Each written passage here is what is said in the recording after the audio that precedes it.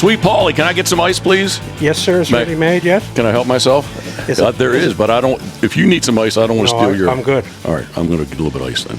Yeah, I just loaded it up. Thank you very much. Usually pretty quick. Yeah, we are live from Maggie's Pub. From Maggie's Pub, someplace on a beautiful island.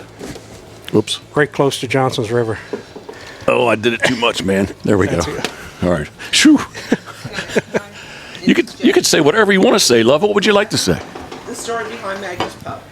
What? This is what? The story behind Maggie's Pub. The story behind Maggie's Pub is my other dog, Maggie, that actually is on one of Jeff's videos. On YouTube. Chesapeake. Thanksgiving weekend was her last hunt. She was acting right weird, acting right sore. Took her to the vet, and her blood sugar was like 36 or something. And they said, like, insane. It took 6 months to get her all. But anyway, and Maggie was named after my mom. I didn't know that. Yeah. Okay. They called her Margie, so we just called her. Maggie was named after her, so I thought, good spot. Call her Maggie's. It is. It's an awesome Actually, my spot. garage was Maggie's before, just the plain garage at my house. Well, and at the other place. And I was there at least one time with Migration Nation. You had yes, right. You had pizzas, and we sat out in the garage. So yes, I do exactly. remember. I do remember that. 100%. It's not that far from here, right? Really? No, like as the crow flies. Yeah. Kilometer and a half across the woods there. Well, salute to you and Maggie's. Salute, my friend. Boom, Karen. Yeah, salute. Are you good? What are you drinking, Karen? Crown. Paulie, what are you drinking? If anybody couldn't hear, she said Crown. I'm drinking Signal Hill. Okay. Yeah, I didn't have the Crown. Just straight up? Straight up. Straight up. I'm off the water. I got frozen water. I got frozen H2O in there. Yeah. Is that a 750? Is what that? The bottle, yeah. That's that 1.14 bottle. Oh, well, no, I thought you said Signal Hill. Is that a 750 bottle? Yeah, I think it is. Where I'm going with this is the other day. We had 4 pours and we had this much left. Yeah, you threw the bottle away. Where'd it go? Oh, you're saving them. No, you drank the bottle and threw it away. Like, my point is the bottle was empty. Look, what do you need, love? Just rearranging everything? All right. Well, Paul, you're always gracious to us here when we're on the island, so thank you very much. No, we appreciate my pleasure, guys. My home's your home. And I'm sorry, I've been promising you this for 2 or 3 years to get this done. But it's all good. Yeah. Love, I feel like I should have brought a mic for you. No, you're good? You just keep us focused. All right. Well, here, while we're doing this, Karen's going to go live. There you go. So we're coming off of part of what we did when we were here. You all, the PEI Retriever Club hosted. Is it the Canada Master? I can't even speak. The Canadian Master National. Is it Canadian or Canada? That's what I want to ask. Canadian Master National Hunt Test. We were the host club this year. Right.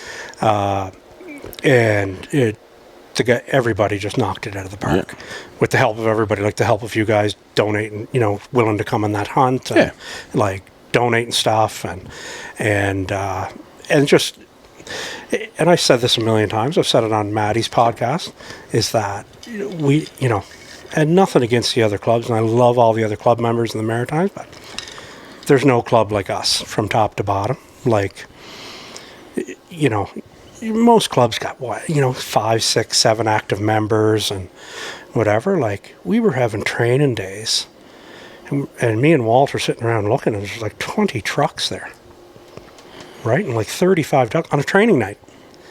And the club's just in a real good place, and this Master National was a legacy event. The club is set up now for as long as we'll be running dogs. Awesome. Yeah. I do follow along on Facebook. I do see you guys. It is very well attended, the training evenings that he does. Yeah. Well, there's a group of us, probably 6 or 7 of us, that train every morning. Okay. Right? And then there's, and then we'll train at night too, but then there's people obviously that work or don't have the flexibility that some of us have. And so we usually have at least one club night. Right. Usually ends up 2. And so I'm sorry, but no, it was we got tons of compliments on it. The live auction and silent auction was like awesome. The food was awesome, and the tests were they got tougher as the week goes on. That's one of the things I found. And obviously, me and Matt, the two dogs that were here on the weekend, right? Memphis and Jax fell a little bit short and didn't qualify. And so we got to be the male and female test dog. And just to see the pressure build over 4 or 5 days. 100%. It was unreal, right? You had a lot of dogs on the very last bird. A lot of qualified all-age dogs, amateur placements, big hunting dogs that broke. Or just come unglued that last day, right? Right. Because it was like a water quad with a double honor and a diversion, right? Right. And so, yeah, but what a great learning experience. And I have to thank Walter and Troy for offering me that opportunity. I think they knew how hard we worked, and obviously we missed 6 weeks, which sort of... Sure. We almost got there. Yep. Yeah, we missed by 1. We had to add that 6 weeks we would have been running, but yeah, no, great, just sort of allows me to set my goals for next year. Yeah, 100%. So Jackson is at your feet. He's a young male, Jesse? Young male, yeah, just turned 4. So he was a master hunter as a 3-year-old. So our goals this year is to finish up as grandmaster and to run all the qualifyings and the amateurs in the Maritimes this summer. CKC, what is a grandmaster? 15 passes. 15 passes, okay. Yeah. So he's got 10 more to go. Okay. Yeah. Good. So East Coast, or how would it be said? The Master National was in the Maritimes? East? Yeah, so it would be the Eastern Zone, which is us in Quebec. Right. So next year I think it's going to BC, and then it comes to Hamilton, Ontario in 2026. Love in 2026. We going to go do that? You bet your bottom dollar we are. We'll be there. What'd you say, Karen? So put it on the calendar. Put it on the calendar. Yeah. I think I did, actually. Oh, yeah? Yeah, because we talked about it quite a bit when you found out where it was, Yeah, I think I did put it in the calendar already, so. You might, by that time, have 3 or 4 dogs. Possibly. Yeah. Yeah, possibly. So The way those young pups are coming? So for us to run the your Master National, we need to be a Master Hunter and just 4 passes. You would be a Master Hunter and have 2 passes that year. 2? Oh, so it's only 2. It is up here. Okay. I'm not sure what it is in the States. No. For us, so right now, Scoter needs to be a Master Hunter. I thought she needed to pass 4 year test to be qualified. You're saying 2. Yeah, I think if you're... Yeah, I'd have to... Maybe we can ask Walter. Walter would know for sure. Yeah. He's on the Master National board there. Right. But yeah, he's... like here you need to be a Master Hunter, but then you got to have 2 Master Passes the year of. Okay. Right? Or between the last bird down, so that's in August, and I think that calendar year you got to have 2 passes. Right. Well, the beauty of your test are, in a weekend, it's possible to get 2 passes, Master Passes. Oh, yeah, like you got. Not for us, no. Yeah, like the way our tests are set up, for us, and that'll be different for me this year, but like we go Eastern Flyway, Cape Breton, and then us. So a lot of times there's some of our guys, not a lot of them, 1 or 2 go over. We're not in the water here till late May.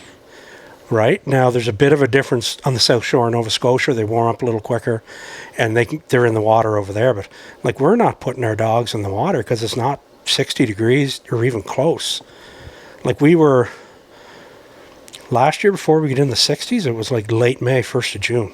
Okay.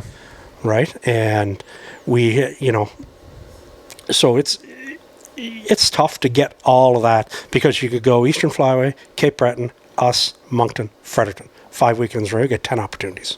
Yep. Right there within 5 weeks. So we're kind of thinking possibly to come in and do in May, definitely do PEI. But possibly do Karen and I've never been there either, and I know Karen wants to go out to Cape Breton and see what that's all about. The week before, right? Yeah, and then the week after is Moncton. Yeah, how you say that? Am I saying it right? Moncton, like Moncton. A monk. Yeah, except it's okay, M-O-N-C. I'm dyslexic, And so Cape I have Breton, trouble reading. I haven't been at Sometimes Cape get Breton that since I've been back in the loop, but I heard it's like they have a tailgate party on Saturday night, like big slow roasted pigs, or they do it right, and Nice. a bunch of great club members over there. Right. Yeah, a bunch of great club members. Loves anybody on live? Oh, yeah. We are in Maggie's Pub, Mayfield. Prince Edward I Island. always say PEI, like people should know short. people know what I'm talking about. Yeah. What's PEI? Prince Edward Island in the Maritimes. I used to say, and now I know it's not, because Cape Breton you could drive further. But I was like, oh man, it's like the farthest east that you can drive in As Canada. far as you can go. Well, Signal Hill's farther in Newfoundland, but wouldn't be much. Yeah, wouldn't be much. Yeah. So, all right. So the plan is, like, we would like to run it. I'd like to run it. Yes, Karen. We have a new fee on here. Uh-oh. Sway NL, Newfoundland Sway. The what? Well, greetings. She says there's a newfie. Do you have a guide for bluebills old school? It's not directed to either one of you, so. Old school, yes, for me, in the Maryland, Chesapeake Bay, Ocean City, Maryland area. Yes. Yeah, and there is old school on the south shore of PEI here. Lots of bluebills in different bays, for sure. Yeah. One of your PEI club members, Taylor. Shado. Yes. He told me at the moment, the New London Bay. He's like, there's got to, with the mussels, he's like, there's got to be 3,000 old school there. No question. Yeah, he's like, it's loaded. Yeah.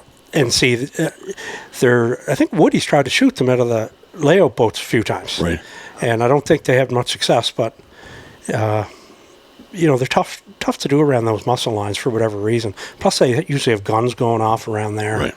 and to keep them out and stuff like that. But we grew up, we used to put like 12 Javex jugs, take the stickers off, spray paint half it black, tie them to a big rope, and put 2 lines out. And we used to just hammer them along the south side. They just come in tight and get in the mussel beds. And Yep. The You do it, love. The Newfoundland Sway _NL says, Jeff knows me as feathered friend. Ah. Good afternoon. It is afternoon. Yes, good afternoon. Want to make sure it's afternoon. barely. They're the same time zone, right? Atlantic? No, they're half hour after us, I think. Later. Half hour difference. Okay. Earlier or later, yeah. All right. I get confused. As soon as I get in New Brunswick, Yeah. it gets confusing to me. So it's not East Coast time anymore. Yeah. But yes, we want to get it, like you said, maybe a couple other dogs there. We'll see how everybody shapes up. Yeah. Shapes up this spring. Definitely we'll finish Coot up. Oh my Lord. I say it all the time. Yeah. We'll finish Scoter up June, but we have to be qualified by March 1st. But the Master Amateur Retriever Club is in Maine. Yeah. But she needs 2 passes still. Still. Well, Yeah, she'll so- get them. She'll get dialed in for you. Well, not before. Oh, yeah, March right, 1st. right. That's Yeah, the time. So we were thinking, so that's not going to happen, and we can only really take one trip anyway. So we're like, hey, we'll drive through Maine anyway, go past. And it'd be different to be up here that time of year, Yes, too, right? 100%. Yeah. Yeah.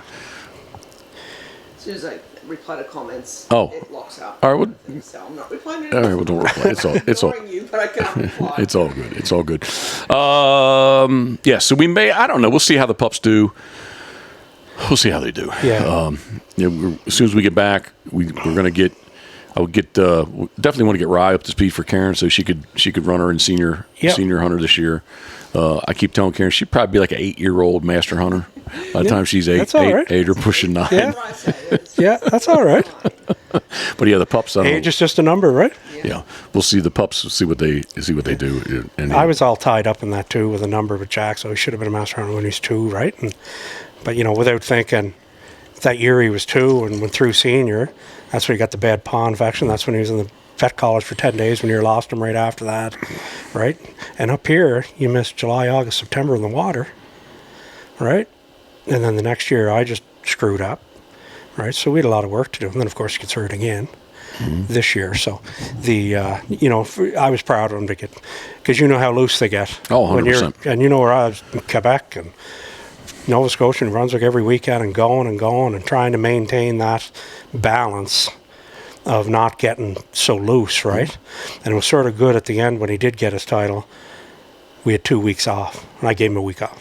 We did nothing and just let him get dialed back in. And then we just did some yard work and some wagon wheels. Said, let's go.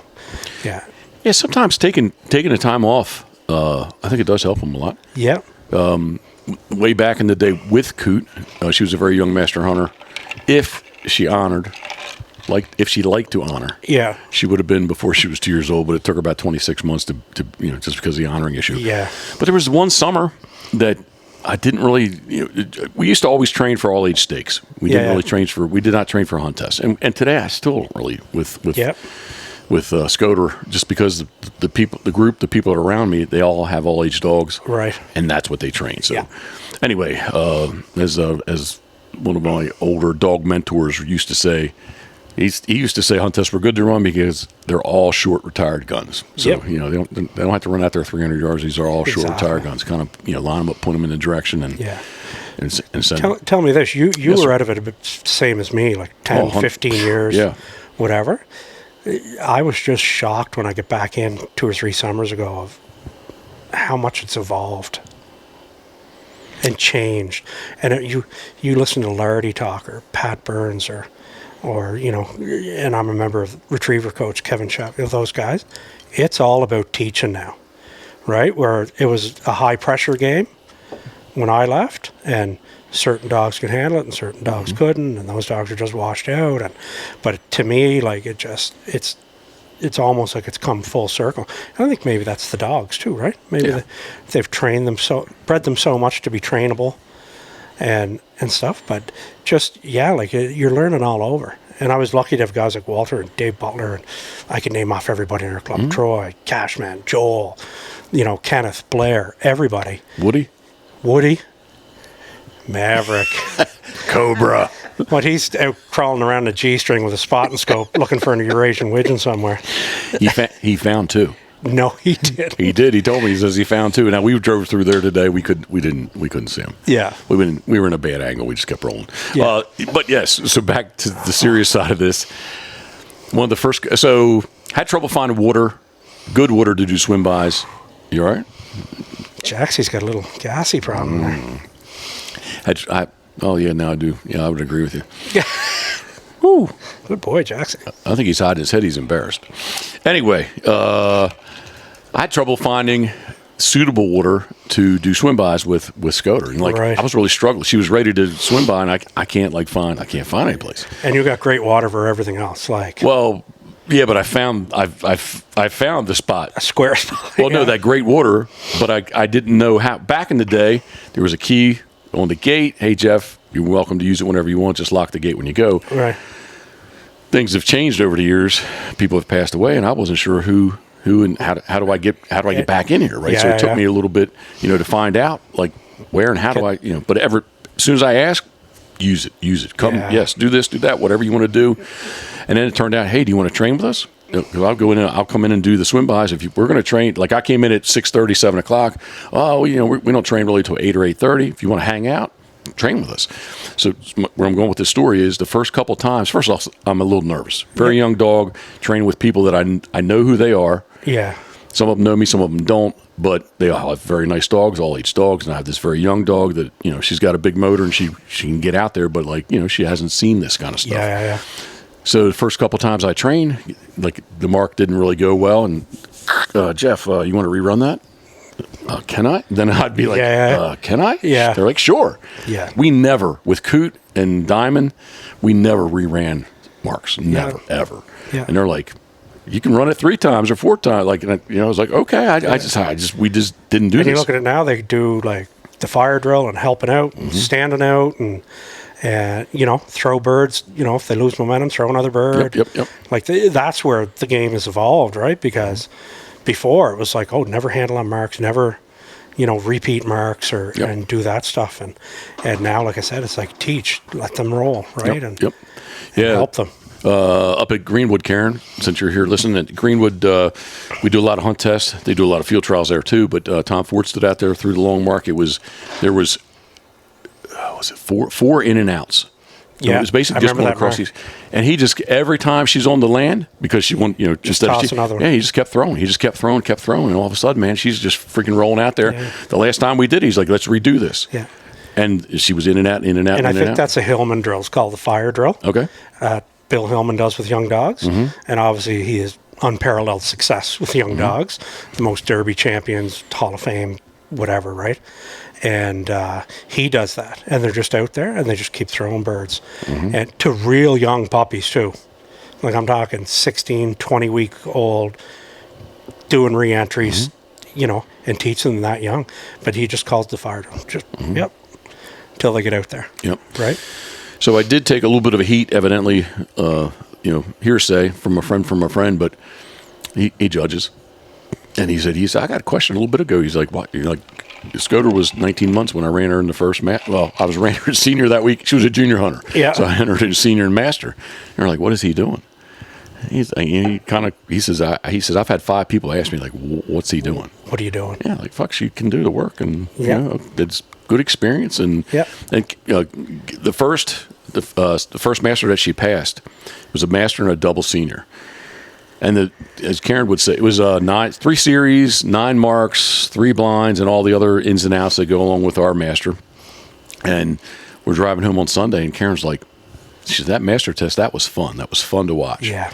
But we did 2 seniors, and she's like, those senior tests, those were like BS. That was not fun to watch. Yeah. All these almost like birds being thrown at you, you know, almost like breaking stuff. And I guess in the judge's defense, like, well, they're not big marks. Well, yeah, but you're like throwing the freaking birds right at the dog. And that's not like, we're seeing some foolish stuff here too. Like, to me, junior and senior should be, let's let the dog do the work. Let's throw him a double. He comes back. It's teamwork. He's still going to run blinds. Like, throwing breaking birds to senior dogs, or, you know, inlines, and like, it's you know, to me, it's the field trial side of things sneaking in, where they're 2 separate animals, right? And, you know, to me, when I judge, and I'm going to write my judges again this year, like, it's just, you know what, Junior, I just want to see those little puppies go and get it and bring it back and hold it. Yep. I don't give a shit if he swims circles on the way back, right?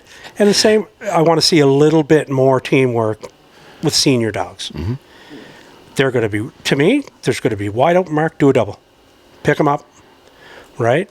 And some people are getting into this, oh, like, you guys do it, like, we just go off the side. And to me, like, up here, you got to basically do a 360 at the very least, which people rarely do. They do the land double, and then they go to a land blind, separate. And the upland, which I hope they're taking at you know, at least senior in the upland, you got to, if you go find a duck, plant it out in the field, you got to pick it up and take it back. The other way, they're throwing them out of wingers, and like, totally unrealistic to an upland hunt, right? And you know, I think there's a lot of chatter that it'll be very similar to the U.S. That the upland will be gone. Maybe it'll be a separate title. Well, I hope so. And that was one of my questions. We, if anybody remembers the Mac Man that we had for a little bit, I did reach out to Maddie and just said, hey man, like, you know, like, what's this whole upland part of this test? Because we don't do it in our master. Yeah. And so if it doesn't come out, it does not get removed, we're going to have to really work on. That'll be something we have to. And our, like, the other clubs don't necessarily use live pigeons, where we do use live pigeons. So he gets up, you know, once he gets close, within 5 to 8 yards, as soon as the judge sees he's in that scent cone, and okay, he's on it, the trap will be released. The pigeon flies off, and you got to sit. Do pigeons have much scent? That I don't know. I know they do. Yeah, they do. Yeah. I was going to say, for us, for young dogs, you know, pigeons are a big deal, but I would assume they would. Yeah. So it'd be wise to probably in the spring buy some or get some, and you can put them in like a dog crate or whatever and keep them for days. Right? Now, what we usually do is we either just pull the flight feathers out enough that they can flop around, or at least get up and go, to reuse them. And that'll steady them a little more, because when their flight feathers are out, they can get up, then they just sort of come back down. Sure. The dog's got to keep his bum down. Yep. Yeah. Yeah, that's the one thing that would, again, not being arrogant, say, oh, she can do all the other work, which obviously she needs to do other work too, but the upland aspect of a CKC. Yeah. CKC master, that would be something that we're going to really have to definitely put effort into. So. We can work on it when I'm down. Well, you bring that up, and that's where I wanted to go with this next. So we're sitting here December 11th. Mm-hmm. December 11th of 2020. Hoping all this snow goes so I can start dog training. Well, you're talking Celsius to me, but it's supposed to be 50 degrees here tomorrow. Yeah. I guess in some heavy rain. The rain was actually, I can see off your roof. The rain's coming down. It's coming down the good there now, and it's supposed to get real heavy later. Yeah, coming fairly steady. And go up to like 13 overnight with high winds, like 90 out of the south. So we lost a ton of snow here. And I'm not sure if you see it over there, but you go to town, there's a big difference from... We already talked about that today. From in town to here. From Shaw's to here? Well, yeah, in town too, but definitely from Shaw's to here, holy moly, you guys got... We were complete whiteout up here, yep. Right? And even Patty invited me to shoot geese yesterday when we went down the board, and we were right at the bridge. We were in a cornfield looking at the bridge. Couldn't see the bridge. This much snow, very little snow. Compared to up here, right? Roads were all bare, no piles on the side or anything like that. But yeah, so we'll, there's a core group of us now Wally goes away. Wally's going to Alabama with either Andy Attar or Paul Slatton, one of the two, which would be great for Wally. And my plan is I've signed up for Kevin Chef's boot camp, which is in Mississippi from the 7th to the 14th, I believe. March or April? April. Okay. And then either the week before or the week after that, I'm going over to Adam Campbell's with Lauren and Adam. Yep. Love the Doghouse podcast. And great guy. Ask him any question. He gets right back to you. Just seems like a great guy and seems like a real good dog guy too. So to me, to go and spend a week with Chef and then to go, and Lauren has become a great friend and a mentor to me. And to go sit down with those guys, and then on my way home to stop in and hang out with you. 100%. Right, for a week. And then there's an option that if the timing works, that Matt and Walter will be at Jim Papunka's in Connecticut. So it's just a great head start that I can go to the water in May because I've already been in the water for almost a month. So I don't know to the exact date weekend that it will be, but I'm going to tell you in our area, late March, the last weekend in March, first weekend in April is going to be the first hunt test weekends. Wow. So, but again, still with us, there's dogs really haven't been in the water a whole lot. And I remember one year with Coot, will there be water? Because that the ice kind of, even though it's warm, the ice on some of the smaller ponds kind of tends to hang out for a while. Yeah. If you want to try to enter something.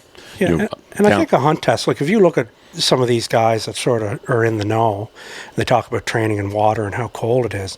It's more about training in water if you got to get into handling and battles that you don't want to do. In a hunt test, if he blows up in a mark, you're done anyway, right? In a master, right? And if you got to get into handling on a couple of marks, you're done anyway, for the most part, right? It's not a field trial. Exactly. Right. Yep. And... So, it'll be great to have a head start, and I just love doing it with him, right? Yep.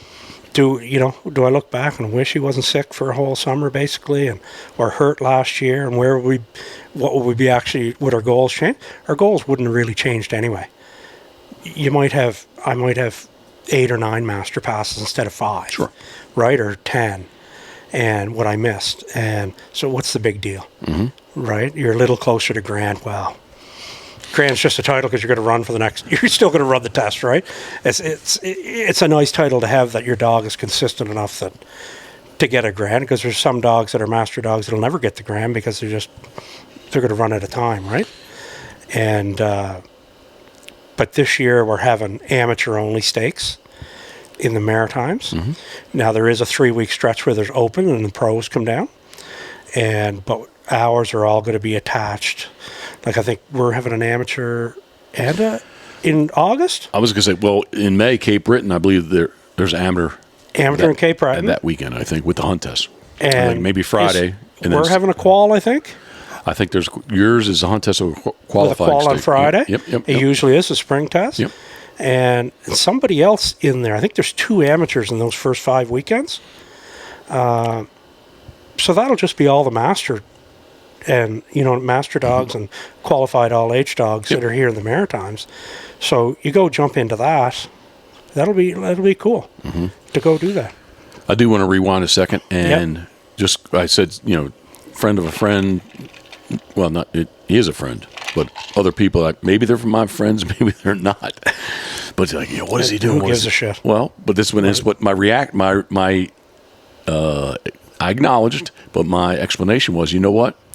I want to be here next year, but there's no guarantee I will be here next year, right? And if she can do the work now, fuck it. Let's do it now. And like we've had that conversation about going on hunts. Yes. With our group, which is an amazing group of guys, right? And everybody's like that's where Woody's got it dialed in. Goes to Alaska, like going down to hunt with you, like we're talking bucket list stuff. Right? Going with Freddie, getting the opportunity to go shoot flooded corn in a historic area like Port Clinton, which I had no idea how historic it is. Right? To go do that stuff because, like, we're in our late 50s, 60s. The chances are in our group, unfortunately, somebody may not be here next year.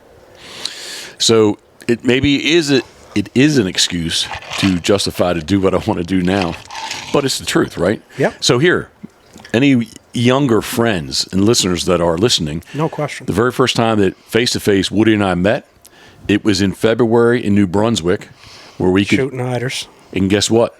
It was a special season, February sea duck season, and guess what? Today, you can't shoot eider there anymore. So stuff changes. You can now. Not eider. You can still shoot. It's still a special sea duck season. Matty was there last year filming. Because he's there this week filming. But he can shoot Scoter and Old Squaw. Oh, can't shoot eider. Well, it's December. In February, they still have this special sea duck season but you cannot hunt eider anymore. You can't. Period. Nope. You can still shoot Scoter and Old Squaw. I think mergansers too. Probably. Yeah. But anyway, my point is that, man, you never know what's going to happen next year, and things change. So. Exactly. Right. And like, we like to kill them, and when's the last time you were up here that we have no birds? Like, literally, we don't. I think we have 89 cornfields in our group. We have no birds. Well, right? We've been on the water, shooting the water. Yep. Right. That is my biggest observation is. My biggest observation. My biggest thought is the difference between coming up here late October and November to December, which the very first time that I was on the island, I did shoot it was in 2011, and I did shoot a Bear's Goldeneye. Right. It was only short here. Actually, Coot retrieved him, so she was still alive. But yeah, like it's just the difference of told the conservation officer up the road when we aired the dogs. Early, man, there's geese everywhere. Maybe not so many ducks, but geese are everywhere. Now, man, I don't see a goose here. Well, we did see a couple geese. I can't say I didn't see a goose. There's a shitload in the bottom. But there's a lot south shore of the island. There's a lot of ducks and not geese here. So. And the funny thing was, like, when I come back from Ohio, the boys were texting me every night. And they shot one field once, and they shot another field once. And up here, before we left, we shot 30 black ducks in like 8 minutes. There's 600 or 700 black ducks going to a little 20-acre field. Mm-hmm. And the boy, they're still here. They're still here. Now I get home, they were still here Saturday. But it was thick fog and rainy, and it got really warm all week. And I had 3 or 4 fields with thousands of ducks, like a couple of thousand ducks easy, if you counted all the fields, every night on time. Right? Sort of like last year in the Stead Road field. Yep. And Fred West, thank you, who we are. Yeah, Freddie boy killed his first black duck there. He texted or not his me first too. black duck, probably, but PEI black duck. Yeah. And his first real black duck. And then they just poof, gone. Now you go, if you really go glass the rivers and look up in the grass and whatever, they're all still here, everywhere, right? And look at the hundreds of ducks were just around that hole we shot on Saturday for the Master National test, or hunt. Yep. And they're here, but why aren't they going to the corn? Right? Because it got cold there for a few days, right? Like, it was freezing on Saturday. Well, first morning, Karen actually joined us. It was 8 degrees Fahrenheit, 8 degrees that morning. Yeah. No wind, thankfully. It was cold. It was frigid Saturday. Yeah, it was cold Saturday with that 100%. wind. And it was right on us, too. Like, you couldn't hide from it out in that point. But thankfully the barrels came and saved that hunt because I was texting with those guys all the time. And great guys, right? And they're hunters, right? They're killers, so they knew. right? Like, hey, we were trying to get them something, right? But this is the first time since 2014, so almost 10 years, that we had this kind of winter. Yeah. Like 14 and 15. 15 was the worst winter. That was that big one. 14 was the third worst winter in history on PEI. Like, we got 700 centimeters of snow. Was that the year, like, there was these huge, like, Route 2, there was like a 15-foot wall of... So you guys used... 15. Some of them were 30. That's as the high picture. as the post. We remember. You guys, much different from us. Even in Maryland, where they do get snow, nobody uses a blower. Small blowers, yes, right? Yeah. But like, as far as state roads, they plow everything, and like, evidently, you guys don't. So as you pour this, I need to segue. Okay. And we're gonna watch the live pour. Now, this is a Paulie pour. This isn't for the faint of heart. Might have been wise in bed at 7:30 and Jeffy? I will not turn that down. Yeah. Thank you, sir. Karen and I, as we sit outside the outside studio at PBHQ, I've asked, I know you listen along, why does that taste so good? I don't know. It just does, I used to be a big beer drinker and rum drinker and whatever, but I got switched to Crown and now other whiskeys too. Find your 4 or 5 that I really like Signal Hill. The green bottle of Canadian Club is one of my favorites too. Karen was hitting that hard yesterday. Yeah, but now it's just like, yeah, like, and you know what, like, and I'll drink wine with Stace once in a while, but I can go and take your magnesium and your CBD oil and have a smash in my Pitboss glass. There you go. I sleep like a goddamn baby, right? Now, there's days I'm going, geez, I had 4 glasses last night, and I'm not really hungover today, but, right, it's like, okay, we'll back off. We'll go back to 1 glass a night here for a few nights. But yeah, like, that's all I drink now, really. I got it. Karen, I think we should have had a mic for you, love. I'm sorry. And this maybe is going to come across me like ego-wise, right? I don't get hungover. Yeah. I just really don't. If nothing else, I don't do CBD. What else, love? Anyway, we're talking about maybe I should be doing that. You know what?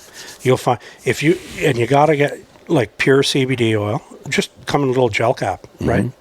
And then you got to get the real good magnesium, like the real good complex magnesium.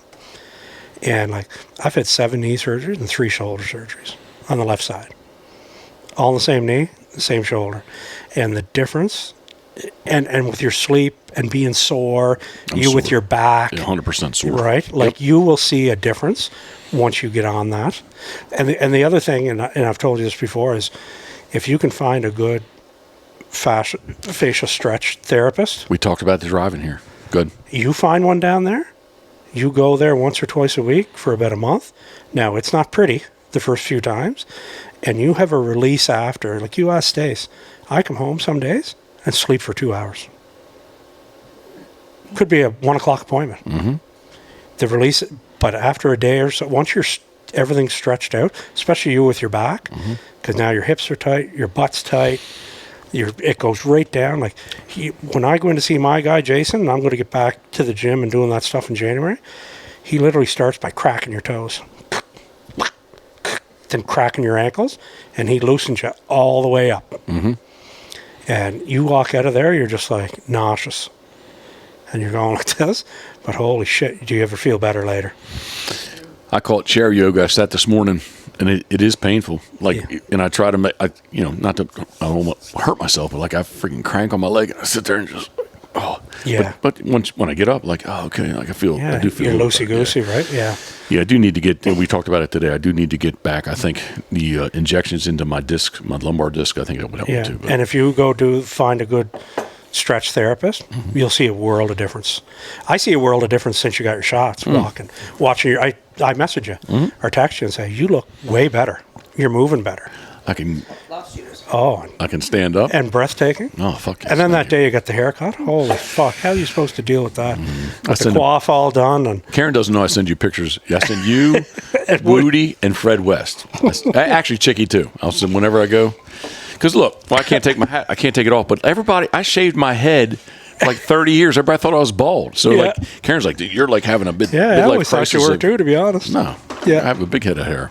I always tell people I cut my hair every Friday, whether it needed it or not.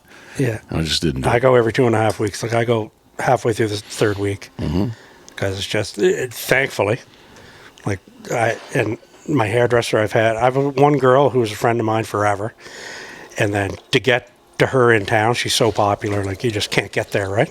And I found another girl out here. I don't know how long I was with Melissa, 10 mind years this or 12 noise. years. And I just she said goes, that- "Don't never- complain. You got mind this noise." hair. Yeah, load up. You want some? I'll have a little splash with it."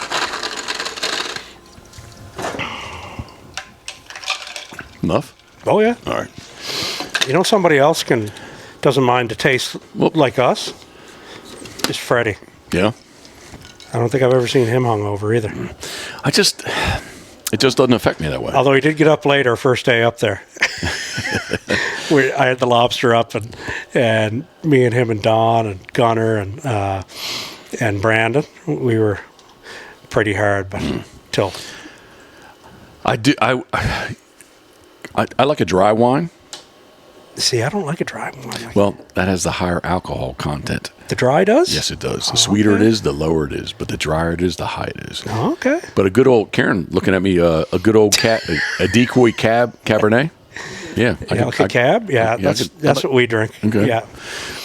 that and beer. But like sometimes I have felt like, ugh, but like Yeah, you can have 4 or 5 pints here, like, and then you get up in the morning, you're like, jeez, right? But I think you're just putting so many carbs in you that, yeah.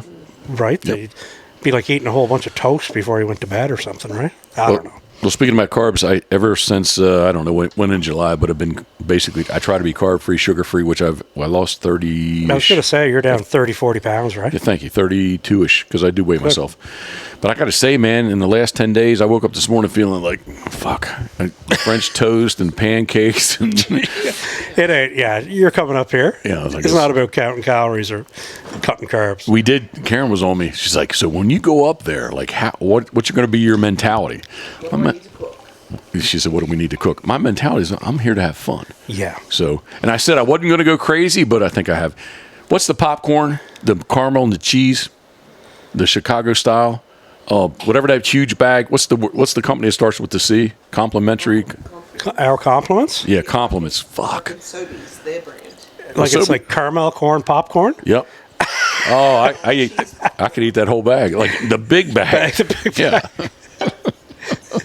Yeah. it's very good. So yeah, Unreal. maybe a little bit of body shock, culture shock, Yeah. tongue shock, carb shock. When I go back, I'm not doing that anymore. Yeah. Back on the wagon. I am back. Well, Somebody asked me the other day, like, how'd you meet Jeff? And I said, well, I sort of, and me and Freddie had this great chat, and when we were, when I was down there about, like, those days, right? Like, there's friendships that were forged where we didn't even meet each other, but you knew each other, right? And yet, and then when you go and meet these people, it's just like you've always been friends. I'm the year. I'll say 05 or 06. Tunica, Mississippi. The first time I met you. Yep. Yep. At the Avery, 2008. At the okay, Avery all Pro. right, yeah. It's my 40th birthday. All right. Yeah. So my dates sometimes get skewed as we. But that was as they pass. like that was an unreal time. Fuck yes. Unreal I told you sent me the video of you walking through the zinc shop, the showroom, right? And actually, there's a big JVC camera. Mm-hmm. I can't remember if it was Field or Clay, but anyway, like a wave came over. We were on Chesapeake Bay.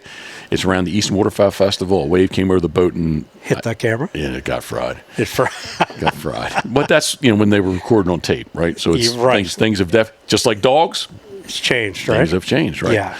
But 100%, yeah. Like well, my reply to you was, it's awesome, but at the same time, it's kind of sad of all that was. Yeah. is like, I guess everything It'll changes. it'll never be like that again. Everything changes. Yeah, right? Nothing stays. Because the all same. those big companies now, you look at Dive Bomb, and you know who's sort of the new Avery on the block. You'd have to compare them to that. Well, they're definitely new guy on the block, right? Yeah, new guy on the block, and as far as time goes. yeah, Yep. and Shen and those guys, like they're all just direct from the manufacturer. There's no more selling to stores, right? Max sold the Bass Pro. What's that going to do? Mm-hmm. Like Cabela's did that. Cabela's used to be a nice store in Moncton. Walk into that, all kinds of waterfowl stuff. You walk in there now, like there's times like I bet you 6 or 7 of the last 10 times I was there, I never spent a nickel. Right? But back then, there'd be waterfowl shows in August, September, where you might have been flown in, and Fred might have been, or, you know, or Field and Clay might have been, or, you know, guys like that, right? And, you know, they're sort of the rock stars of the industry back then. And, yeah, Tom, you know, as crazy as he was smart, too. Sometimes it takes a little bit of craziness. Oh, I would say, you know, one of the main reasons for hunting, waterfowl hunting, to be so popular on PEI is that there are no deer here. It's so bizarre. Yeah. We're from Maryland, You have nothing else to do, right? Coyotes and beavers. I did hear a coyote the other morning. Oh, I'm sure you would there. I did. Yeah. So you say that, like, but back in the day, I'm going to be the old guy, Karen. Back in the day, like there weren't Cabela stores everywhere, right? So one of the bigger ones on the East Coast was the Hamburg, Pennsylvania. Pennsylvania one. Fuck, it was huge, right? Yeah. And it was the Avery had, you know better than me, but I'll say there was 3, 4, 5 Cabelas that they did the Avery Waterfowl weekend. Yeah. And it was a big, huge event. Michigan had one. Yep. Dundee. Yep. And there was one west somewhere, because Belding was involved in that one. Mm-hmm.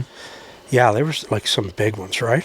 Those waterfowl days. But the only thing comparable now is the NWTF. Okay. We should go down there that weekend. I think this year, so my association with Molly Sporting Goods, easily found in Kennedyville, Maryland. I got to get there too. Yeah. Yeah. You know, Chicky actually said, "Hey, we're doing it this year. You want to go down? They're getting to space. You want to come down, Karen? You want to go to Nashville?" Have you ever been to Nashville, Karen? No. Oh my God. I'd still need, and maybe this will happen. We all can go. I want to have a drink on Beale Street. Beale? Beale. What's Beale? Karen says more than one drink. It's right on the Mississippi River. Oh, okay. Yep. So, yeah, like Broadway's the big street. It runs for miles with bars, and bands play outside and can turn around and play inside. What's the name? Broadway. Tootsie's is there. All the big country stars have their bars there.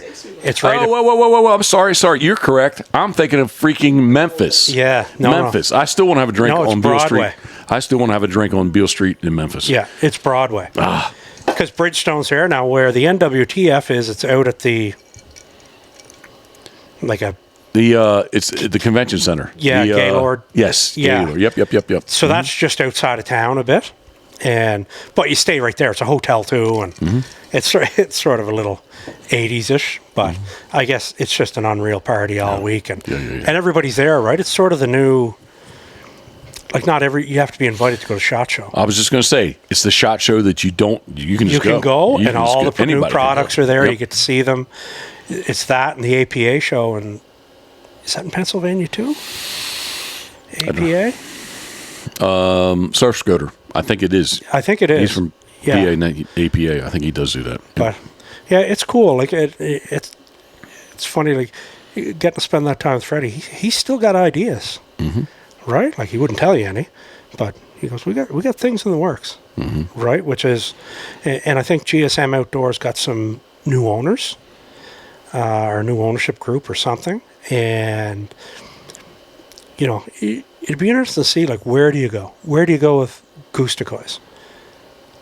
Right? It's got to be motion, right? Because like to me, a flock goose decoy wins all day. Every day, if you want to shoot geese for 4 months. If I'm shooting silos or a plastic shiny decoy, and you're shooting 150 like flock decoys, you're going to beat me every time over 4 months. Are you going to shoot geese over the other stuff? Of course you will. You know, are you going to shoot them when they're tough? No. We're shooting them now. Like the last couple of goose hunts, it's like we put 100 stuffers out a week and a half ago, and the first 8 decoyed perfectly. The rest of them, it's like we had all their heads wrapped in tinfoil, right? And they just get smarter. It's late in the season, right?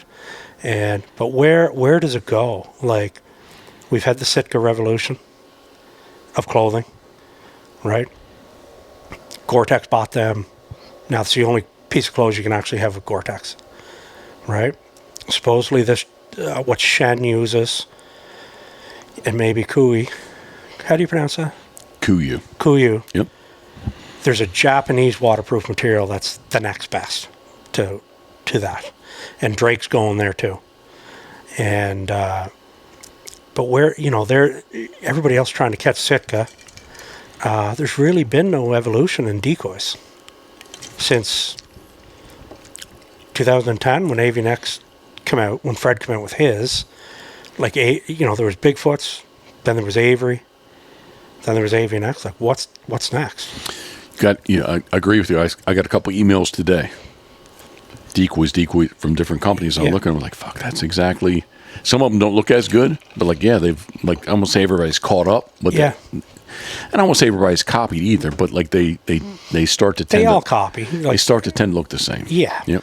And but the decoys have definitely evolved, right? You know, just body postures and stuff. If you look at most of them, especially the bigger companies, if you look at Avian-X or Dakota or some of those companies where they have lessers too, and you know, you have 7 or 8 honker poses and 7 or 8 different lesser poses. So when you mix them up, they look way more realistic than putting out 100 big feet that don't move. Yep. Right? And I just know where does it go?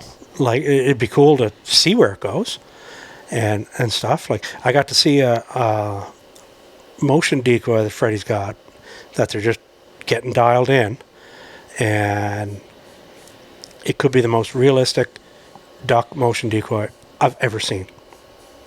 Or you could just get some hollow cork cedar bottom Jeff Coates decoy. Yes. Stand up to years of punishment. A shameless plug. We love shameless plugs. We should shameless plugs. I have a question too. 704_mint08. What kind of shell should I shoot for sea duck? I like small on decoying birds. To me, I'm about the pattern, so I think the denser pattern that you can shoot on that bird is the best. But you know what I like to say? I love the ice. I just heard there. What I like to say is it doesn't matter if you shoot a 10-cent shell. I'm talking about USDA, not CDA. CAD, but USD. It's 10 cents or $10 if you're 2 feet behind. You're 2 feet behind. It doesn't matter what you're shooting at them. But no, I sincerely, I like smaller size. On decoying sea ducks, I like smaller size shot. The very first Drake Eider that I shot, which is mounted back in the shop, number six heavy shot, straight up heavy shot. I use 6 heavy metal for ducks all the time. We were in Canadian Tire, Paulie. Tell everyone, heavy metal, a box was $70. Yes, fuck. A box. Yep. Like, I got your money today. All right, you don't. 43 cents on the time out. We don't need to go into that. I need to get back to the U.S. We don't need to talk about any of these deals. Yeah. But I just edit this when you get home. Yeah. No, I'm not going to edit. But you know what? Like, so if I wanted to call Molly's and say, hey, you know, I'm coming down there. I want to buy this. Like, down there, you can buy. You look at Rogers or Molly's. Like, heavy metal's on for like $330, $340 a case sometimes. So put 40% on that. You're at $420, $430. Buy a case of that up here. So you're at $800 by the time you buy it and pay a tax on it. So I'm not to offend anyone that's listening, but in the U.S., but maybe people don't understand. When you said put 40% on it, what does that mean to you? The exchange rate in our U.S. dollar to the Canadian dollar. Yes. Right? Today, it's 43 cents. Which means my dollar is 43 cents less. More. Oh, I buy more. Yes. Yeah. See, I'm dyslexic. I am dyslexic. So if there was $1 million house up here and you wanted to come up and buy it with cash, it only cost you like $570,000. I want to say something, but I can't. Yeah. No, I can't. Like it's crazy, right? Yeah. And yeah, like, and we get get codes from friends and stuff for Sitka. And at the time you pay the exchange now, you've already lost your your code, and then you get duty, and then as soon as UPS shows up, you turn around, drop your pants, and bend over because they get you at the door, right? Like I had Stevie Dickinson here sitting right here, and me and him drank a box of wine, and he was loaded, and he was the last one I think in the group not to have Sitka. So we've talked to him, and he ordered a Hudson coat and a Hudson bibs. Parker bibs, yep. Yeah, parka and bibs. It was like, ended up being like 1,500, 1,600 Canadian. And it showed up at the door, and it was another $397 in brokerage. So we saw a UPS truck yesterday, Karen. Explain that. That's what I told her. I was like, when FedEx shows up here, Karen can she. The guys from DUTV and Justin Carpenter from Drake were shipping stuff up here for the guys to film. Nothing at the door. Like nothing. With UPS? No, with FedEx. Oh, FedEx. UPS, okay. It doesn't matter. Like, you met Patrick, Patty LeClaire in our group. Yeah. And Patty's a beauty. He got half tanked up one night and bought one hat. On Sick, it was like $27. Plus tax, plus exchange, it was like $100. When he got the door, it was another 100. So for a $25 hat, US, he paid 200 Canadian. Fuck. So, Paul, your definition, when you say somebody's a beauty, what does that mean? That means they can come to Maggie's anytime and drink for free. Because they all have something to offer. Patty, it's stories. You ever get a chance to sit in the blind with him someday, and you will someday, it'll work out, but he has everybody in stitches the whole goddamn morning. We are at 57 minutes. Is that bad? No. Oh. No. I told Paulie it was going to be 30 minutes. Yeah. But he said he had no place to go. I got no place to go, so let's keep talking. What else? So Fred West tells me, now whether he does or he doesn't, I don't think he listens to him, but when he's in the combine, he watches on YouTube. Yeah. So Fred West was here at the Field of Dreams hunt, which would have been 2 years ago. I think it's 3 years ago.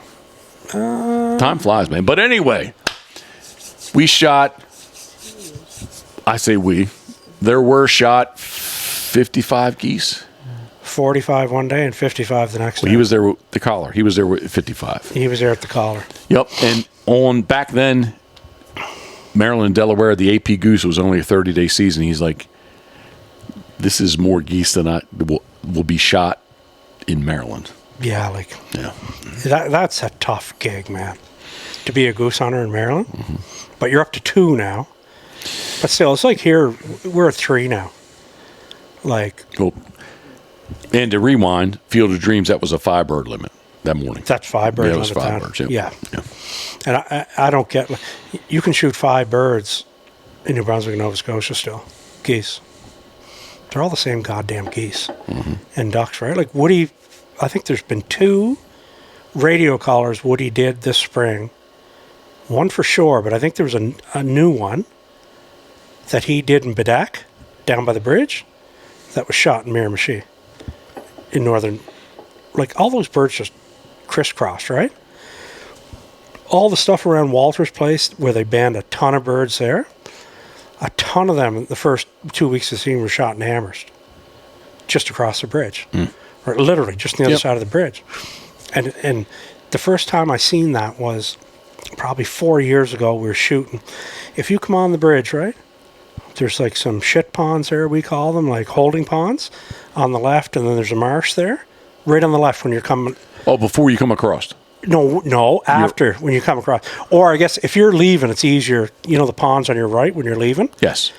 Those ponds right there and that farm there? Yep. And that field. We're shooting that field. And we were sitting there, and it was winter wheat. It was corn, just under winter wheat. Farmer wanted them out of there. So we go set up. And we're sitting there, and all of a sudden, we hear a honk, and we look to our left, and here comes a flock of geese flying beside the bridge. right in. All our geese that morning, except the very last flock where we shot 3 or 4, we shot 40, came from those marshes on the other side of the bridge that you're talking about. Yep. Okay. Right? Flew bridge high, straight across. That's only like 12 kilometers. Right? Where we're shooting the Field of Dreams, it wouldn't be 12 kilometers, probably 6 or 7 to come from the harbour up to there, or to come from New London and come across. It's even farther than 12 kilometers. So it's amazing how, with all the banding, like how much they move around. Sure. Paulie is referring to the Northumberland Straight. Confederation Bridge, Yeah. which is it's the longest bridge over ice-covered water. but it's not icy right now. Yeah. Has been ice. PEI, it's $50 to get off. It'll be Yeah. icy this year. Karen just said it's free to drive across to get on the island, but they charge you $50 to get off the island. Yeah. So actually, it's kind of You crazy. imagine, right? Fuck. And now we got no goddamn ferry service on the eastern end of the island. So no ferry down there. That'll be done. In the Constitution, which would be your Charter of Rights, in our or do you have a Constitution? We have a constitution. We have a Charter of Rights. And in our Charter of Rights, PEI has that right to service to the mainland. It has always been ferries, right? Now the bridge is there, and I'm sure you heard all the shit show with the ferry down east. One went on fire, one crashed there. Fires I heard about, yes. Crashed a couple of months ago, and we're getting a new one. The MP down there is just a lying fucker. Oh, we're getting a new one he's been in for 22 years. There's been a new ferry every time there's an election. One time he carried goddamn architectural drawings around. We got a new ferry coming, and it's going to be big, and right? They're just going to cut that out and say, you already got your bridge. Especially with our Trudeau, your Biden, right? Just an absolute shit show, running the country into the ground. And but that bridge, that'll be the only link to the island. I'm guessing. When's your election? Not until next November, a year. I mean, can you please thank our sponsors? I was going to do that at a different time, love. I got that covered. You know, Okay. What? it's been a while. Well, I have it covered. Thank you, Karen. I appreciate that. She is the producer in this episode of the Pitboss podcast, brought to you by our very good friends at Molly's Place Sporting Goods. Molly's is easily found on Route 213 in Kennedyville, Maryland. And brought to you by Maggie's Pub. And Maggie's Pub. It serves the only finest of adult libations. I've never said that word very often. Molly, good. Oh, sorry. Go No, ahead. go. You go. I was going to say carbonated, but whiskey's not carbonated. No, whiskey is not.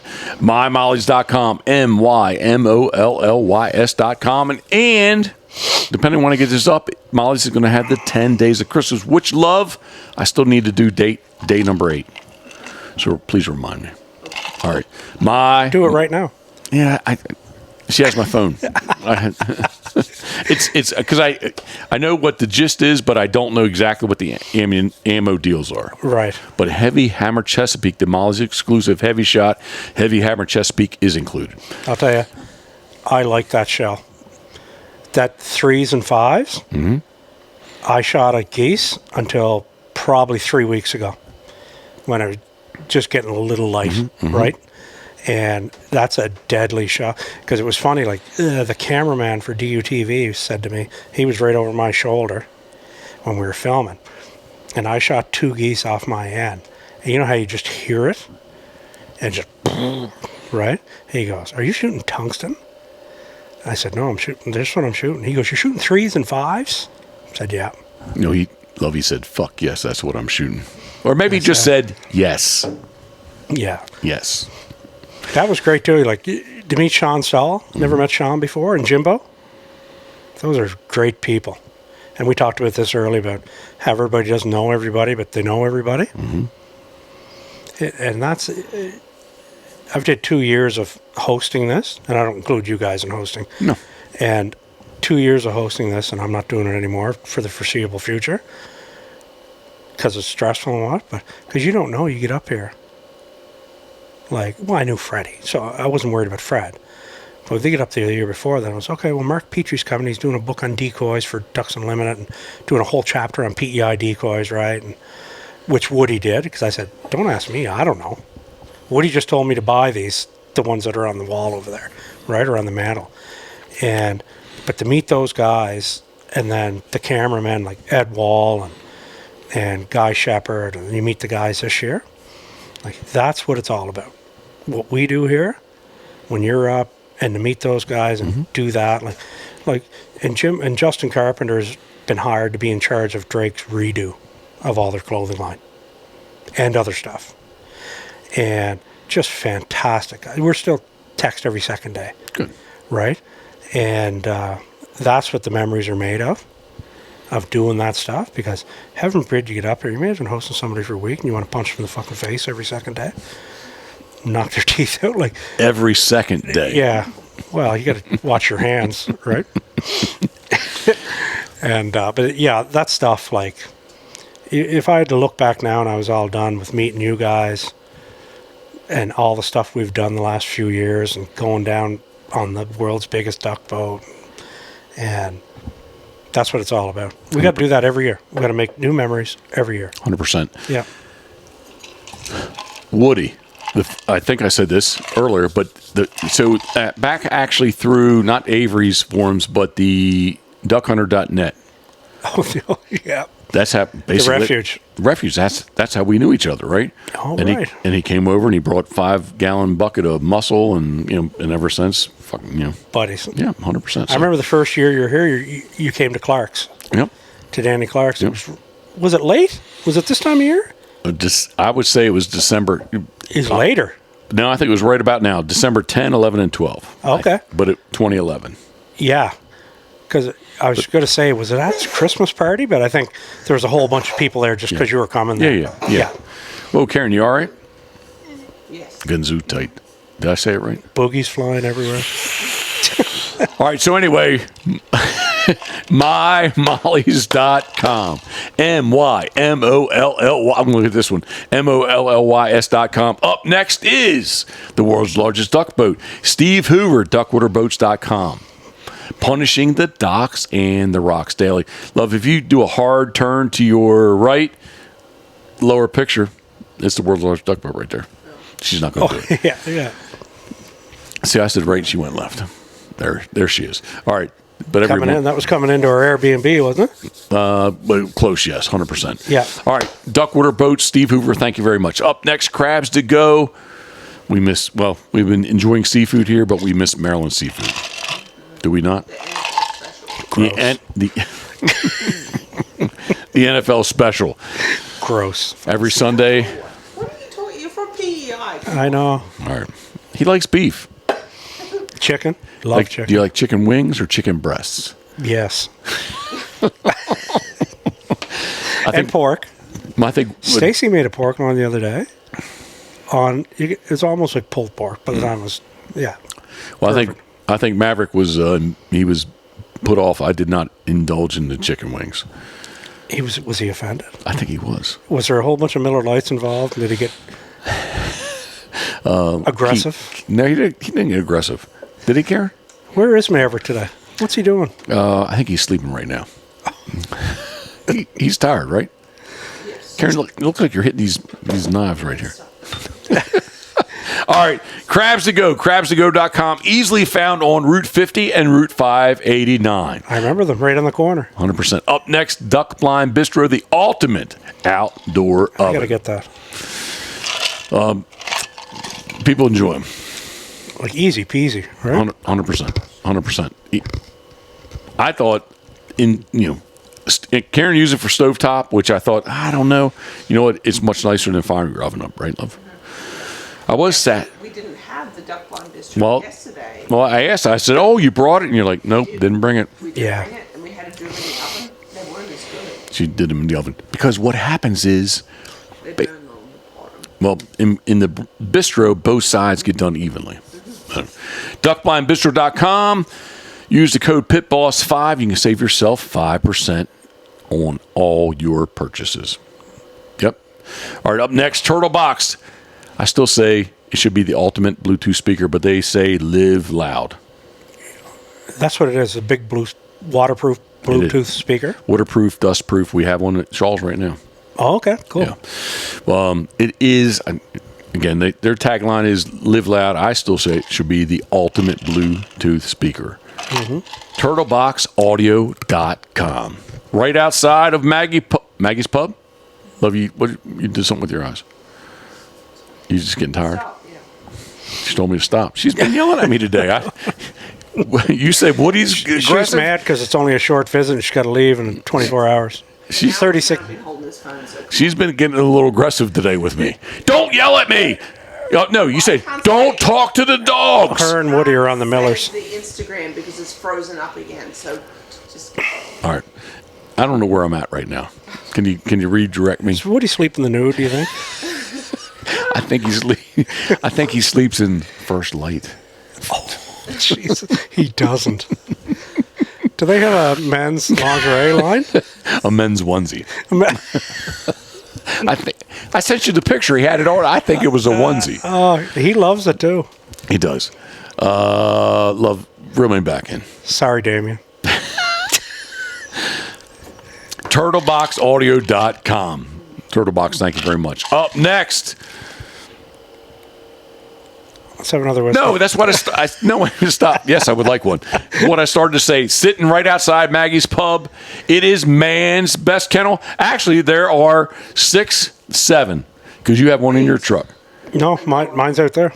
Okay. Yeah. oh, okay. So it's 7. Yeah. What is it? Yeah, and Matt Wilson. Gunner Kennels. Matt Wilson had one for Memphis. He does. Yeah. Gunner.com, man's best kennel, man's best bumper. We appreciate everyone at Gunner.com. Best kennels by far ever made. All right, love. I don't have my cheat sheet, so I think we're good to go. I don't know. I'm not. I'm thinking too. I can't believe Crown Royal's not a sponsor of Well, this. you know what? Here's one thing. Sadly, yes, but he talked about it earlier. But I'm going to get to it. My ego, my feelings are hurt. Crown Royal has never once acknowledged my existence.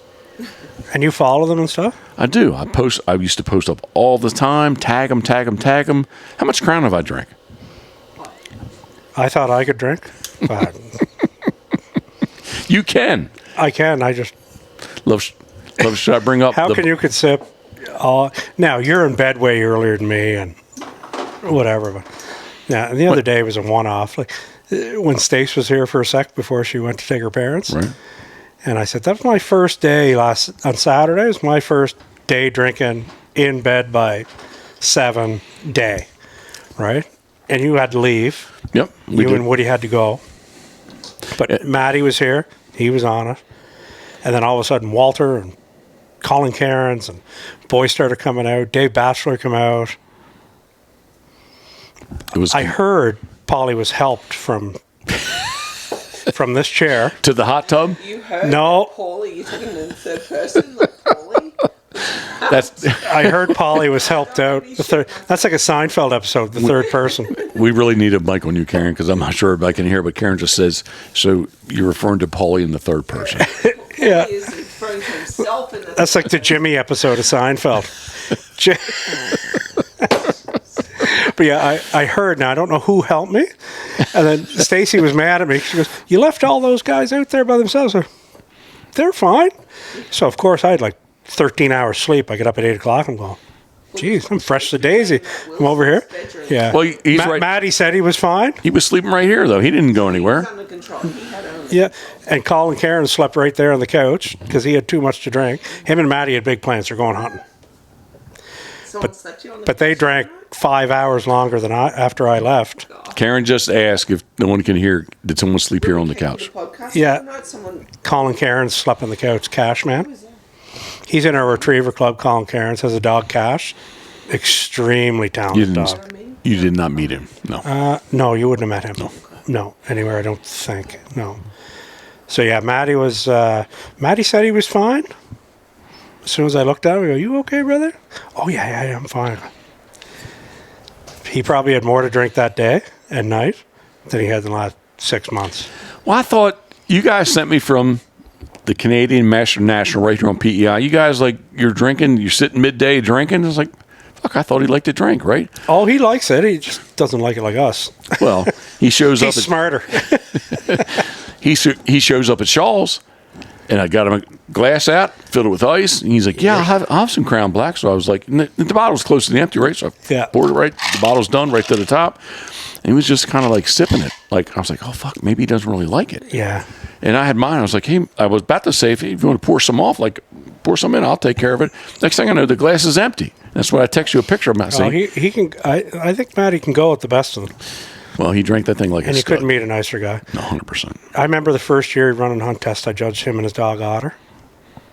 I said to him, and he'll tell you this, I said, "You're the best young team I've seen in years, you and your dog."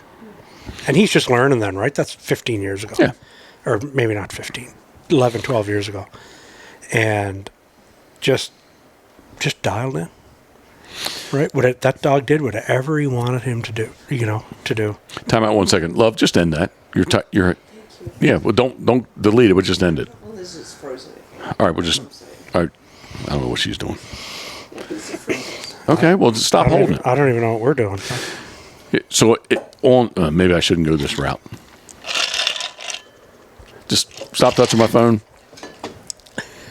She yelled at me all morning. I'm going to yell back. You guys are beauties. Thank you very much. So listen, we were hunting yesterday. And were you in Margate where you shot that mallard? I don't think so. I'll say Kensington. Margate. Okay. I know the creek you're in. Okay. All right. I could tell from the picture. All right. That's why I said Margate mallards. All right. Yeah. I don't. You just park at the road, walk down 200 or 300 yards. We were in the field. Oh, you shot the field? No, we parked. You said park. Yeah, at the road. you pull off the road into the field and then you walk down. Yeah, it was really close where we parked. You drove right down behind the trees? Yeah. Yeah, 100%. Yeah. So, but you just gave me a look. Karen just gave. So those who are not following along. Okay, you did give me a look. Love. Are you at a Crown over there? No, this is what I've been putting up with all morning long. She's been barking at me. I feel uncomfortable here in this situation. I will go hug and kiss her if it makes you feel better. But listen to this. You may feel more uncomfortable. She says, Rye's not used to those squirters. Oh, dear. You know what I'm talking about. No, he does. I know what you're talking about.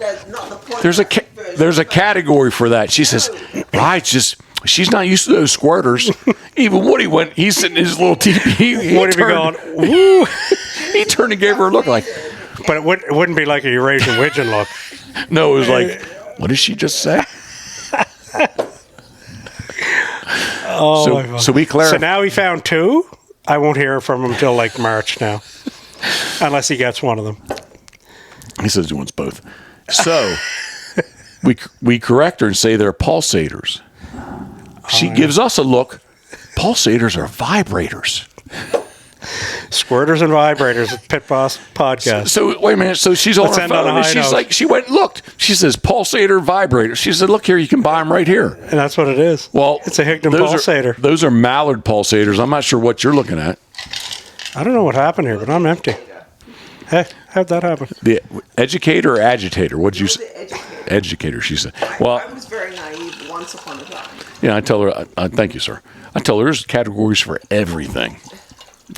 Karen? Someone has to drive. Can I get some ice? Yeah, please. All right, thank you. Please do. I'd be offended if you didn't. There. I did not leave the handle up. Would you like some?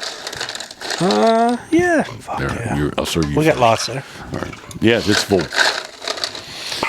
All right, so anyway, she said, Rye did a good job, except for the squirters. She was very distracted.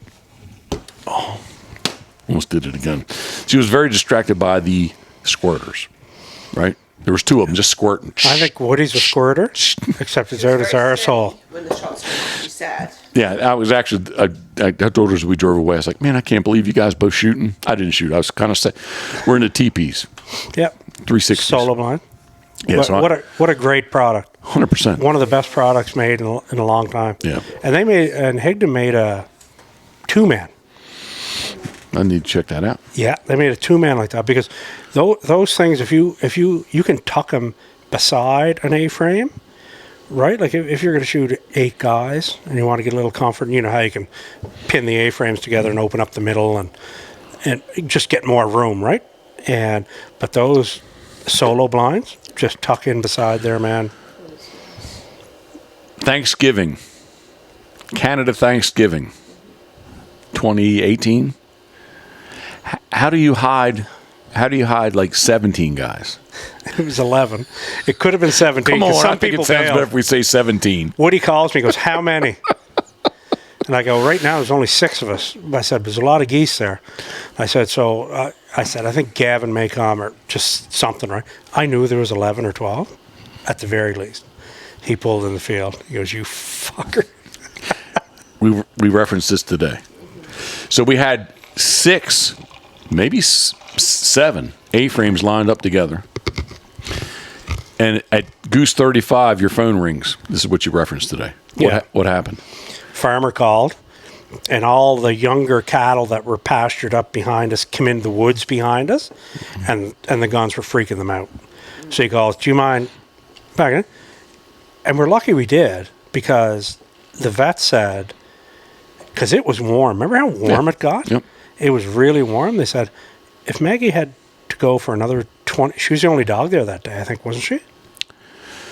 No. I think maybe somebody on the far side. I was down with you on the right. Right. You were on the end. Somebody was up. Whose dog would it be, though? No, not Junior. To me, it was a younger. Junior wasn't there? No, younger black dog.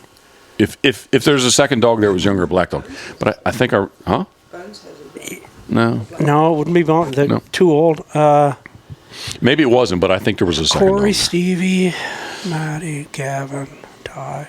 I mean, when you have a vial and there's 16 birds fall, there's dogs and there's guys and Yeah, there's definitely 2 dogs working. You're right. That's what I thought. Yeah. But anyway, the vet said if she had continued and picked up another 25, like with her blood sugar the way it was, and she just probably would have stroked out. Whatever. Because remember Jeremy went back and picked one up behind my nephew Jeremy? A duck. Right? Remember that? Yep, and he I came do. back. She goes, she's hurt or something. Something's wrong with her, right? Like it looks like her back leg or whatever. But there was and we get home and put her on the couch, and she couldn't get off the couch at supper time. And she was very food oriented, and she couldn't even eat. And I go, holy shit, right? And I dropped her off in Kensington, and I didn't get halfway home, and the vet called, and I go, cancer. Right? Because I said, do x-rays, do ultrasounds, because Dave Butler's dog, River, God bless him, what a talented, beautiful 85-pound muscular lab, right? Just a stud to look at. It'd be actually the father to Dave Batchelor's dog. Okay. His old dog. Yep.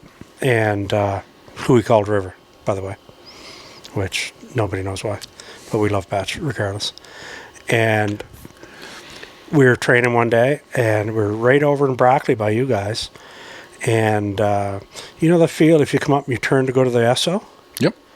And it looks like a dirt bike track field there on the right. We're training Yeah. that field, right? Karen, With the mounds in it and shit. Yeah. All right. So she's And River was like a grandmaster hunter, amateur placements, just a stud of a dog. Went out, goes bang, bang, wouldn't go. This was like on a Thursday or Friday. I think I may be off by it. It was dead Monday. Full of cancer, right? And only like 4 years old or just awful. And that's what I was thinking. As soon as the phone rang, when I didn't get 15 minutes away, I'm going, holy shit. Phone rings, Kensington Vet Clinic. Yeah. And they just said her blood sugars are through the roof. Like, you'd know, like, they were 36. They're supposed to be, like, in the... 120, 100, 120. Yeah, which I think is, like, 12 or 13 sort of thing. And you said they're, like, over double what they should be. And we couldn't sort of get her... What do they call it when they do the testing? They take her in and... Like ketones and she was... Yeah, they do all... It took 6 months of that. Oh, yeah, to get her... At the vet to get her dialed into how much insulin she had to take. And that poor thing was on 30 units twice a day, right? And then all of a sudden, you could see her eyes just graying out, she lost her sight. Then she started getting all the big diabetic sores on her toes. So we took her in to get that figured out. They go, well, they're attached to the toe. We got to amputate the toe. I go, we're not amputating the toe. It's like Duke. We're not taking his leg off. Yeah. Like, it's, you know, they just live. They rip the heart out of you. Too old, too fast. Yeah. They just, yeah, like this guy here, like we all have dogs. And I think Coot might be your dog if I had to guess so far. Yeah. Right? Where he's my dog so far. Right? And I think a lot of it was coming out of COVID. I was fucking pissed off and angry because it fucking raped my business, our business. I wasn't happy. And then, yeah, throw a couple of hurricanes in on the bookends of that. Right? Then you're at a point where your business is ready to sell and making money and doing that. And then all of a sudden, you have to leverage everything you got just to keep everybody going. Yep. And you got another 6-7 years to get back to where you were. And then he came along. Yeah. He, not only do I love training him because he's just so easy to train and he wants to do it. There's really no fights. Maggie, holy fuck, she was A bitch. she was Chesapeake stubborn. Now you need to do this, Mag. No, I don't think so. Yeah, I don't. No, fuck you. I don't think so. And you could put pressure on her. Yeah, no, I don't think so. She'd forget about it in 10 seconds, right? And but yeah, no dogs, man. I wouldn't. When I had to stop, that was 2019, because we were living in the cottage. We had sold the house. Well, she was here. Oh, Maggie was still here until last September. I remember being here, Yeah. I think, for 2 years that she was here. She lived for 3 years after that. Okay. And because we had sold the house and we were over in the cottage in Cavendish. And yeah, just like, geez. She wouldn't stop eating. She liked to go out, terrified the living soul out of him. Attack him at his food bowl. When she'd hear food going on, she'd just go over.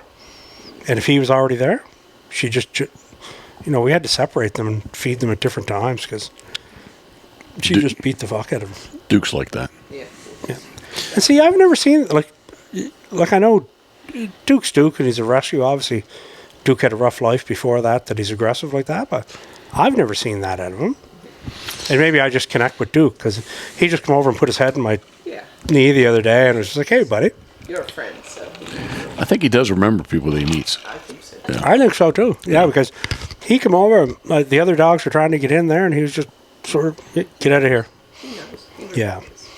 But like after I had to stop hunting Maggie, I never had a dog huntable until 2021, and just easing him in because he was only like 12. We had a hunt with Stevie and Corey and them on, on that garbage road field. One of the ones we did. That was his first day running blinds and picking up birds with multiple guns. That was his first big hunt, and that was 2 years without a dog hunting. And I lost my mojo. Like this, yeah, whatever. Guns will stay. Like I just wouldn't go. Get up. It's cold, but we got a shitload of ducks. Let's go shoot them this afternoon. Yeah, fuck. Not into it, right? And at this time, it's just like to have him beside me. That's all I care about, right? Somebody texted me the other day. He goes, "How many birds has Jack's picked up?" And I told them. I said I got a pretty good idea. I'd have to look at the notes, but I know where he's at. And they go, "That's his first wild duck water retrieve was Saturday." I said, why would we go to water when we have thousands of ducks in the fields? Right? Yeah. Like, why would you do that? Well, you can, and the boys still hunt water, but I wasn't. You could go lug decoys in and do what we did the other day and be in the water and be in the mud and do all that, or you just show up the cornfield at 4 o'clock and throw some spinners out. 10 days of being here, we only tried, well, snow covered, so is it dry? If it's snow covered, is that dry? Yeah. Okay. Dry land once, everything else was water. Yeah. Like, and usually I have all kinds of options to do that. Like Stacy said the other day, she goes, I don't remember, and we've been together for 16 years, because I don't remember seeing a time with you guys and especially you, that you didn't come home. I got birds in this field, in this field, in this field.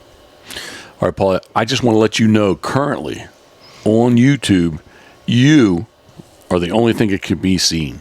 Right now? No. Well, in like 30 seconds ago. Yeah, that phone's full. That's not going to hurt anybody. All right, so. Second best looking big boy in this room. You're number one. No, stop. All right, being so. bold. No, I'm not being bold. You're number Okay, one. shut it down. No, not yet. So I'm going to keep talking. No, not yet. Heavyshot.com. I'm back to our partners who are bringing to you the Pit Boss podcast. Best ammo ever. Which happens to be the Heavy Shot, Heavy Hammer, Molly's exclusive, which that's what I need to do. The 10 Days of Christmas, day 8 is going to be the Heavy Shot Hammer. And they got tungsten back in their heavy metal? Yep, 100%. Deadly. Deadly. When you do that. So what if you shot a 2 of heavy metal, the tungsten would be a 5, wouldn't it? Or a 4? 4 or 5? At least 5. Yep. That shit just kills stuff. Heavyshot.com, which check out heavyshot.com. Excuse me, check out heavyshot.com or go to mymileage.com. Did you know I managed all their contracts in Eastern Canada? I did not know that. Yeah. So at one time, Fred had that Z unit, right? 8 or 9 guys in North America. So he sort of there was me and John Christian Gianni in Canada. Nichols, Christian Gianni. There you go. Yeah. Tough negotiator, but a beautiful man. Blue eyes, like mafia, like that French Canadian. Yeah. And Johnny was cause Johnny was the distributor, so he made a ton of money for Avian X and Zinc and whatever. But we had, so at one time, in the heyday of it, I'd say 2000, like 10 to 12, 13, 14, we were sponsored by Browning, Heavy Shot, Pattern Master, Zinc, and Avian X. And I'm not sure if Don Zinc ever billed me for anything. That's, it's just like family, right? And not only that, they appreciated that you're looking after all these. So when heavy metal was coming in, we'd get it to the deal, managed all the dealers. And when you know what it's like on the pro staff. Every time you go to a dealer, points, mileage, Yep. everything, right? It's big money. And your time, certain amount of time or whatever. And but yeah, that's when heavy metal came out. And then, by right before Freddie sold, probably everything sort of went sideways. Cause didn't tungsten, metals went way up. Yeah. Way up. Yep.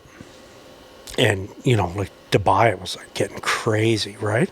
Because used to be you buy a box of Kent for 15 or 20 bucks, right? To get you through. And I saw Kent there. I did not look at, they had Kent. I can't remember what it cost. I just remember I looked down at heavy metal. Yeah. The last time my dear friend Glenn Cullicott was the Kent dealer. You're not going to get out there, Jackson. Hey, buddy. And I bought 3 years ago, a case of 12 gauge bismuth off him from Kent and a case of whatever. It was like $300 for the 20 gauge, $400 for the whatever. Right now in Canada, it's $1,000 a case. Ooh. Tungsten, I'm assuming, would be $1,500. I don't even know. What did it be? Oh, don't you fart again. Jesus Christ, that stunk. And lastly, pitbosswaterfowl.com. How many days, love? I think we're... How many days you got left?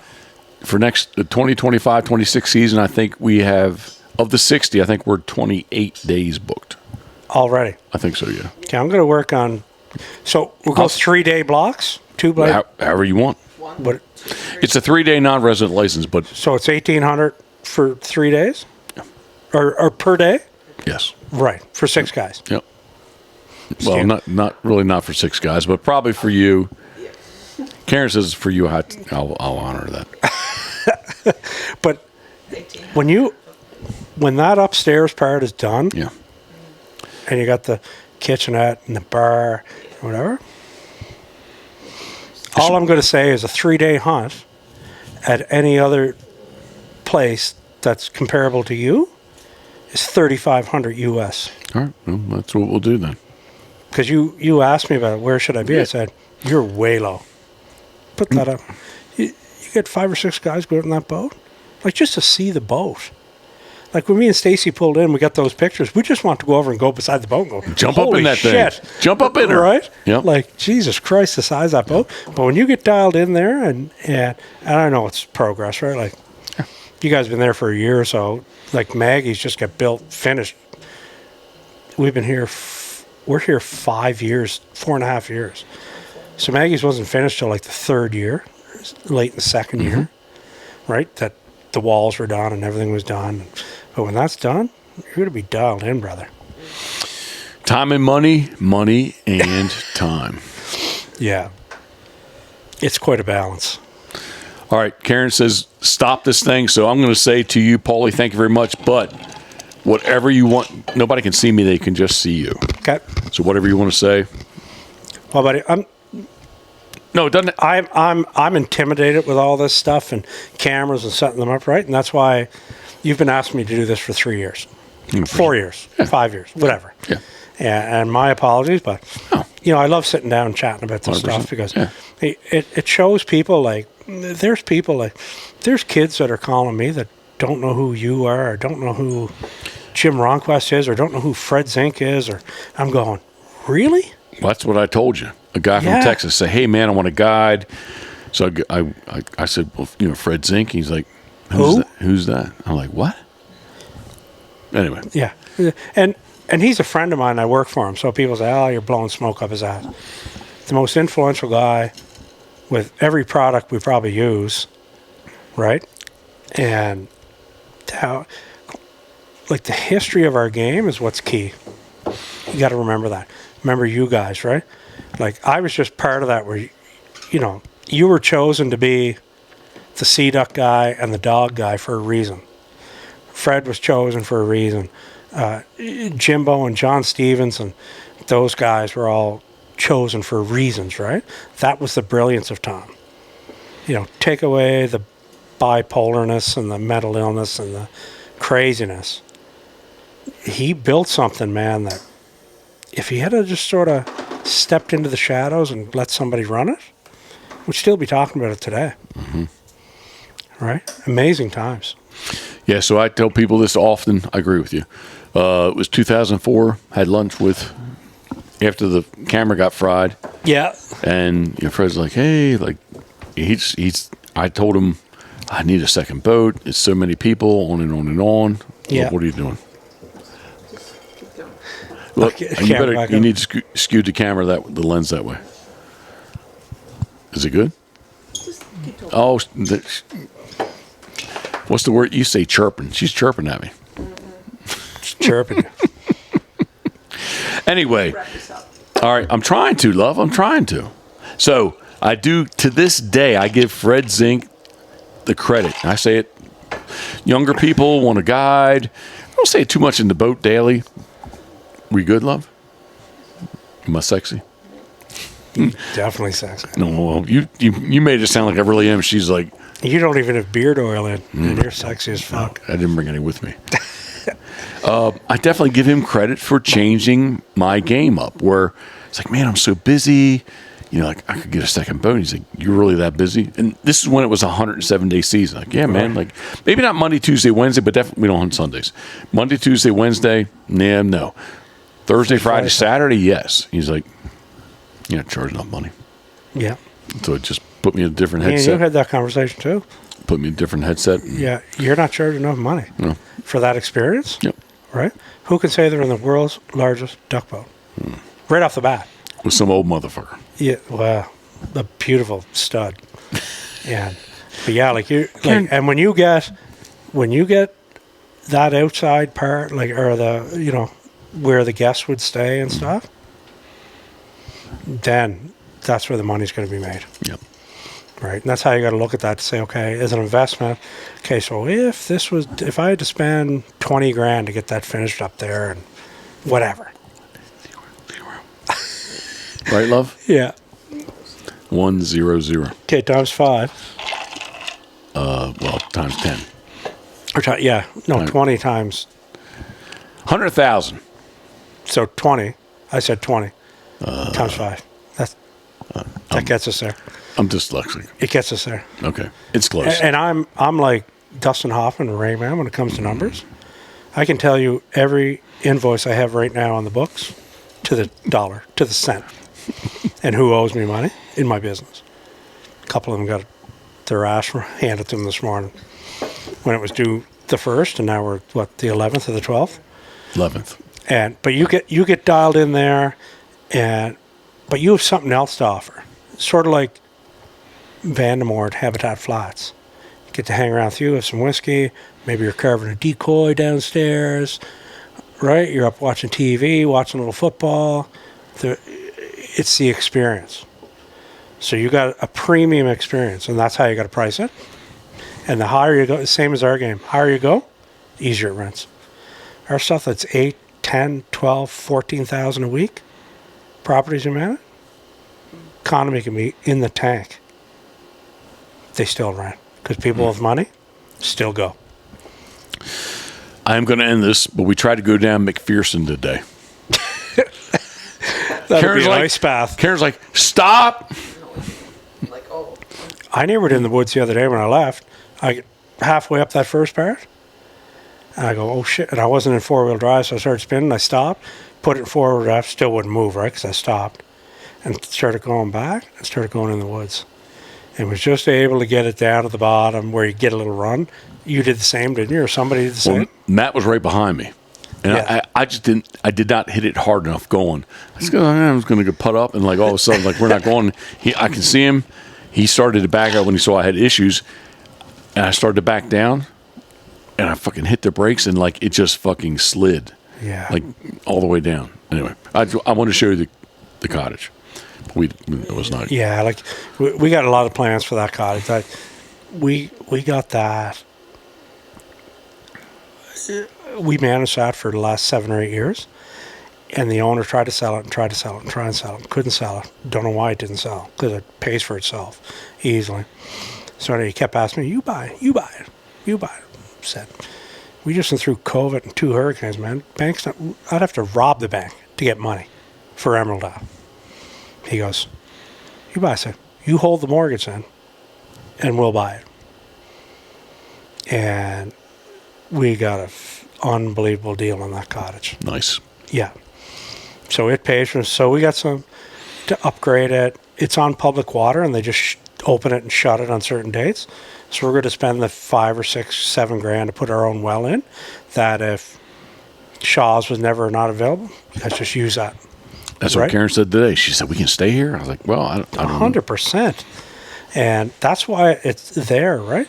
I never slept there this year, because by the time we bought it and the season started and like just never got there, then and I was running all over the place with the dogs, right?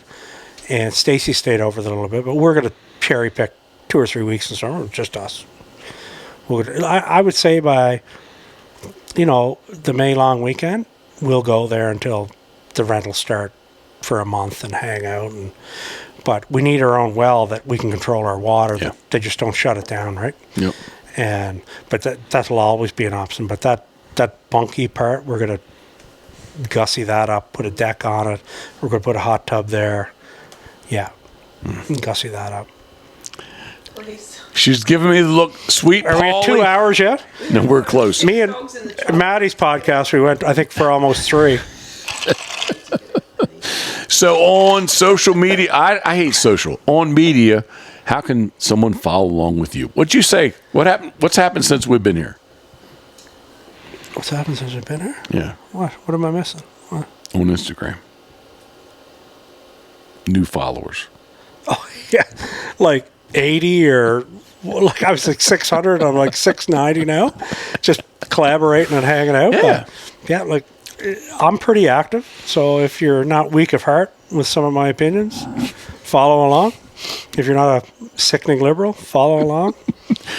Who would be a sickening liberal that would be listening to me? If you support Biden or Trudeau, you need to go fuck yourself. How about if you Because support... everybody else is hurting.